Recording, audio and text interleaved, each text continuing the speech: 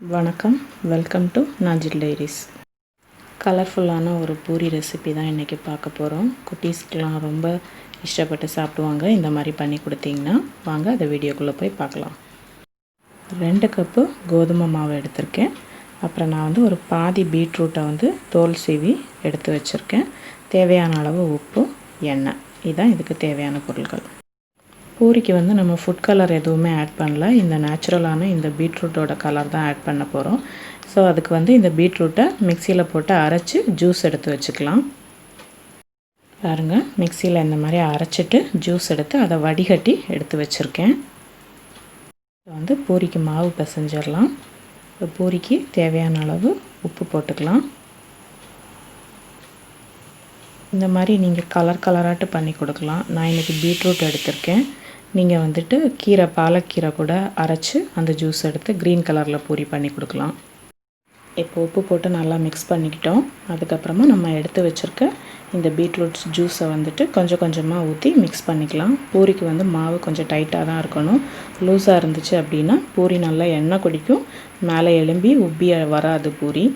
So அதனால் டைட்டாக மாவு பிசைஞ்சு எடுத்துக்கலாம். இப்போ பாருங்கள், மாவு நல்லா பிசைஞ்சாச்சு. இந்த பதத்துக்கு நீங்கள் மாவு பிசைஞ்சு எடுத்துக்கோங்க. இப்போ இதை நம்ம ரொம்ப நேரம் இதை ஊற வைக்கணுங்கிற அவசியம் இல்லை. லைட்டாக மேலே எண்ணெய் போட்டுட்டு, ஒரு ஸ்பூன் எண்ணெய் போட்டு இன்னும் 2 நிமிஷம் நல்லா பிசைஞ்சிட்டு நம்ம பூரி போட்டுடலாம். இப்போ நல்லா மிக்ஸ் பண்ணிக்கிட்டோம். இப்போ சின்ன சின்ன பால்ஸாக உருட்டி எடுத்துக்கலாம். பூரி உங்களுக்கு எந்த சைஸ் வேணுமோ அந்த சைஸுக்கு ஏற்ற மாதிரி நீங்கள் உருட்டி எடுத்துக்கோங்க. நான் இப்போ எல்லா மாவையும் உருட்டி எடுத்துக்கிட்டேன். நான் பலகையில் லேசாக எண்ணெய் தடவிட்டு தான் பூரியை திரட்டுறேன். மாவு தொட்டு தேய்க்கலை.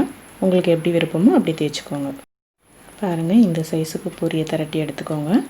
திக்னஸ் உங்களுக்கு இந்த திக்னஸ் இருந்தால் தான் உங்களுக்கு நல்லா பொங்கி வரும். இதே மாதிரி பாக்கி இருக்க எல்லா மாவையுமே நான் பூரியாட்டு திரட்டிட்டு உங்களுக்கு காமிக்கிறேன். பூரி ரெடி ஆகிறதுக்குள்ளே எண்ணெய் ஊற்றி காய வச்சுருக்கேன். எல்லா மாவையும் பரத்தி எடுத்தாச்சு. இப்போ எண்ணெய் காஞ்சிருச்சு, நம்ம பொரிச்சு எடுத்துடலாம். இப்போ நம்ம பூரி ஒன்றாட்டு பொரிச்சு எடுத்துடலாம். ஃப்ளேம் ஹையாக இருக்கட்டும். அப்போ தான் உங்களுக்கு பூரி நல்லா மேலே எழும்பி வரும். பாருங்கள், நான் ஸ்பூனை வச்சு எதுவுமே பண்ணலை. போட்டால் உடனே உங்களுக்கு பாருங்கள் நல்லா புசு புசுன்னு மேலே எழும்பி வந்துருச்சு. உங்களுக்கு எண்ணெய் நல்லா காஞ்சி இருந்தால் தான் உங்களுக்கு பூரி மேலே பொங்கி மேலே எழும்பி வரும். இப்போ ரெடி ஆயிடுச்சு, நம்ம எடுத்துடலாம். கலர்ஃபுல்லான பூரி சூப்பராக ரெடி ஆயிடுச்சு. இதே மாதிரி பாக்கி இருக்க எல்லா பூரியுமே நம்ம சுட்டு எடுத்துக்கலாம். மேலே பாருங்கள், உங்களுக்கு ஒரு சொட்டு கூட எண்ணெய் இருக்காது.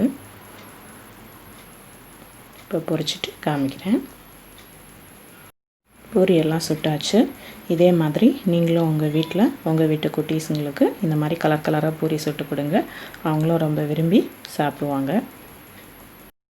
இந்த வீடியோ உங்களுக்கு பிடிச்சிருக்கும்னு நினைக்கிறேன். பிடிச்சிருந்துச்சுன்னா லைக் பண்ணுங்கள், ஷேர் பண்ணுங்கள், சப்ஸ்கிரைப் பண்ணுங்கள். உங்கள் ஃப்ரெண்ட்ஸுக்கும் அதை ஷேர் பண்ணுங்கள். தேங்க்யூ ஃபார் வாட்சிங். இது என் பையன் அவனுக்காக போட்டது. பாருங்கள், குக்கீஸ் கட்டர் வச்சு கட் பண்ணிவிட்டு பொரிச்சு எடுத்து வச்சுருக்கு.